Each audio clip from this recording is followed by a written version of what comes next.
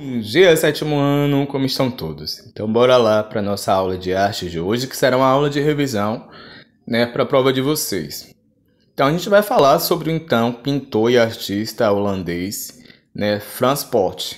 Frans Poth, que é datado de 1612 a 1680, ele veio para o Brasil, né, com o então governador holandês de Recife, né, Maurício de Nassau, e trouxe essas modificações artísticas para o Brasil e esses artistas junto com ele.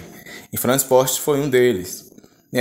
Mas por que assim estudar Frans Poth? Ele tem uma grande importância e relevância para a pintura brasileira lá naquele século, porque ele pintou uma das telas mais de paisagens brasileiras que eu acho que é mais famosa, né? Que é A Vista de Itamaracá, tornando-se o primeiro paisagista no Novo Mundo. Novo Mundo esse que era chamado aqui as Américas, aonde os europeus, né, descobriram e colonizaram esses países posteriormente, né? E assim, tem uma questão que tinha assim muito estereótipo sobre os brasileiros, sobre as culturas, principalmente na Europa, né?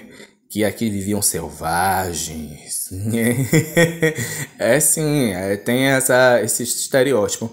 Mas o que viria a ser estereótipo? Estereótipo, gente, nada mais é do que uma imagem ou concepção generalizada e distorcida sem o conhecimento real de uma pessoa ou de um grupo, né? Eu vou falar de uma pessoa só porque todo mundo fala. Então, assim, eu vou fazer um estereótipo daquela pessoa sem conhecer. E era mais ou menos isso que lá fora tinha, assim, né? Do Brasil. Essa imagem, esse estereótipo de uma savana, né? Do Novo Mundo, né? Descoberto pelos portugueses. Vale ressaltar que era muito comum naquela época pintar paisagens, né, e pinturas com a natureza morta, né, que são representados por objetos, frutas.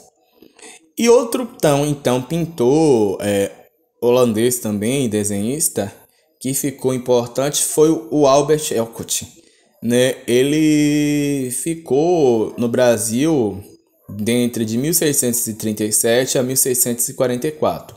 Período esse que ele esteve no Brasil, ele realizou centenas de desenhos e esboço, né, a óleo, a qual ele utilizou posteriormente para pintar em seu ateliê lá, mais precisamente na Holanda.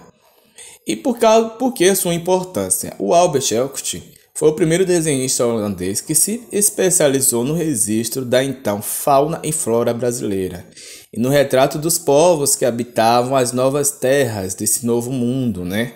Então, assim, é por isso dessa grande importância dele para a pintura brasileira daquele tempo, mesmo ele sendo um pintor gringo, né, holandês. Vamos sair do mundo das pinturas e vamos adentrar o mundo das rimas e versos e prosa, mas precisamente cá no nosso Nordeste brasileiro. A literatura de cordel, ela nada mais é do que um gênero literário que faz parte da história do Nordeste.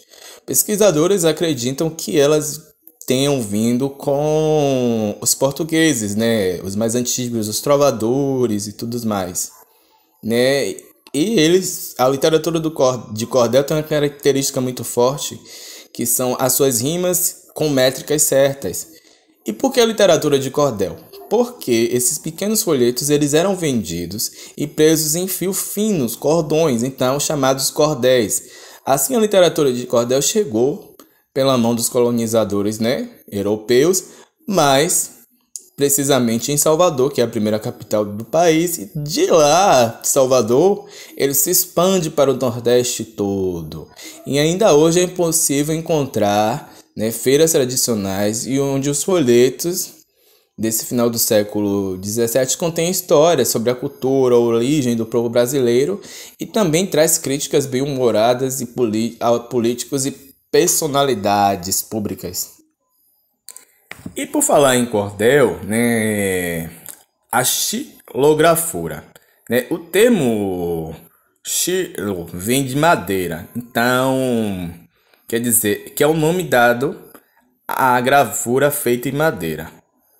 As capas dos cordéis tradicionais, né, são ilustradas pela xilografura. Vocês dão para perceber que geralmente eles existem uma arte única. Vocês dá para ver que a maioria das vezes são em preto e branco, né?